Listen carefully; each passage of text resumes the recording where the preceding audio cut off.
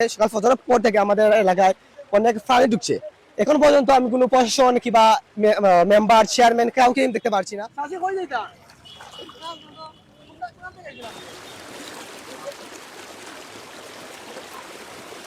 24 ঘন্টার ভিতরে যে পরিমাণে পানি ঢুকছে, আরো কিছুক্ষণ মধ্যে আমরা ঘরের মধ্যে কোনো মানুষই থাকতে পারছে না। আপনারা দেখতে পাচ্ছেন।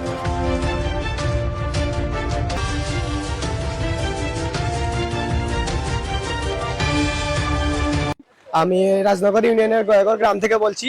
আমাদের এলাকায় বিগত সকাল থেকে সকাল ফজরের পর থেকে আমাদের এলাকায় অনেক পানি ঢুকছে। এখন পর্যন্ত আমি কোনো প্রশাসন কিংবা মেম্বার চেয়ারম্যান কাউকে দেখতে পারছি না, কিংবা ত্রাণ নিয়েও কেউ আসছে না। আমাদের এলাকায় সবাই ঠিক আছে যে গরিব ধনী মেঠা নাই, কিন্তু পানিবন্দী অবস্থায় আমাদের এলাকায় সবই গরিব এখন বর্তমানে। টাকা করে টাকা সত্ত্বেও কেউ ফোন কিনে আনতে পারছে না ঘরের মধ্যে।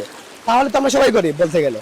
আমাদের এলাকায় যে অনেক ছোট ছোট বাচ্চা আছে, কোনো কেউ পানি বিষয়ে কিছু অসুখ আছে, বেমার আছে, তার সঙ্গেও কোনো লাইন বা বেসিক যে ঔষধ কেউ পাঠাচ্ছে না, কিংবা আমাদের সরকারের কাছ থেকে প্রশাসন আসছে না, আমাদের মেম্বার ইউনিয়ন থেকে কোনো ত্রাণ আমরা পাচ্ছি না এখন পর্যন্ত।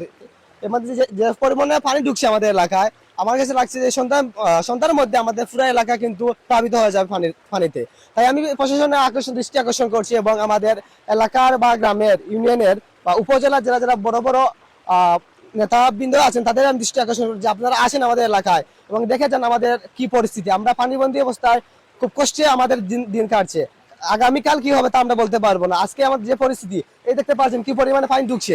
আমরা একামতো যে বাঁধটা ভেঙেছে, প্রতি 2 বছর বাদে বাদে আমাদের এই বাঁধটি ভেঙে আমাদের পুরা এই যে রাজনগর উপজেলা অর্ধেক উপজেলায় কিন্তু পানি প্লাবিত হয়ে যায়। আমাদের এই যে অর্ধেক উপজেলা অর্ধেক বাসিন্দায় কিন্তু আমরা পানিবন্দী অবস্থায় আছি বর্তমানে। কিন্তু আমাদের যে এমপি মহোদয় জনাব নাসির রহমান, তিনিও আমাদের এই পানি নিয়ে কোনো পরিকল্পনাই করেননি।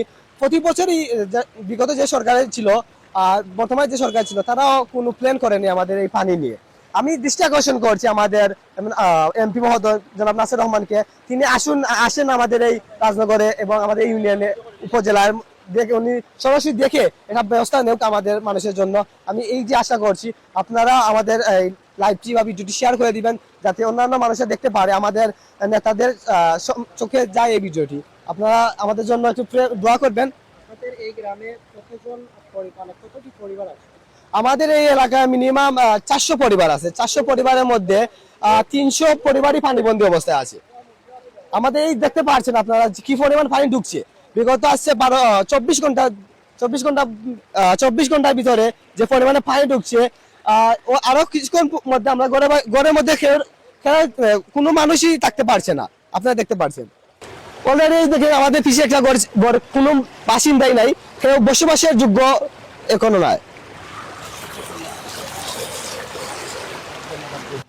মৌলিবাজা নিউজ 24-কে আমি অনেক ধন্যবাদ জানাই। তারা আমাদের গ্রামে এসে এই যে দৃশ্যটি তুলে ধরছেন, আমাদের যে প্রতিকূল পরিস্থিতি তারা আসছেন, তাদেরকে এর জন্য অনেক ধন্যবাদ জানাচ্ছি আমি।